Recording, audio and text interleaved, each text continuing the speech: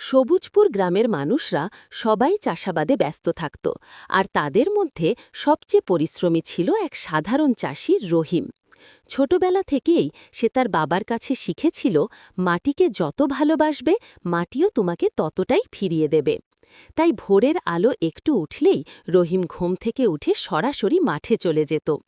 তার জমিটা খুব বড় ছিল না, কিন্তু সে এটাকে নিজের সন্তানের মতো যত্ন করত।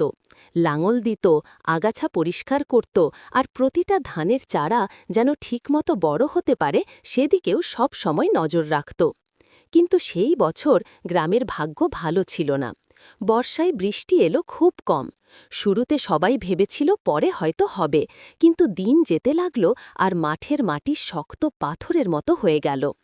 একে একে বহু চাষি হাল ছেড়ে দিয়ে ঘরে ফিরে গেল। অনেকে বলল, এবছর কিছু হবে না, যতই চেষ্টা করো লাভ নেই। কিন্তু রহিমের মন ভাঙল না।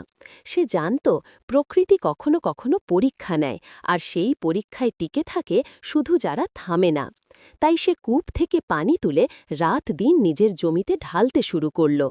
কাঁধ ব্যথা করত, হাত ফেটে যেত, তবুও সে থামত না। গ্রামের লোকেরা অনেকে অবাক আর অনেকে হাসাহাসি করত, কিন্তু রহিম কেবল বলতো, মাটি আমাকে কখনো খালি হাতে ফিরিয়ে দেবে না। অবশেষে ফসল তোলার মৌসুম এলো। যে জমিতে অন্যদের ধান খুব কম উঠেছিল, সেই জমিতেই রহিমের ধান হল সোনালি, ঘন আর গ্রামের সবার মধ্যে সেরা। মানুষ চোখ বড় করে তাকিয়ে রইল, কেমন করে এত ভালো ফলন সম্ভব। যখন সবাই রহিমকে জিজ্ঞেস করল তার রহস্য কি, রহিম হেসে শুধু একটাই কথা বলল, পরিশ্রম কখনো ব্যর্থ হয় না, মাটি সব সময় পরিশ্রমীকে তার প্রাপ্যটা ফিরিয়ে দেয়।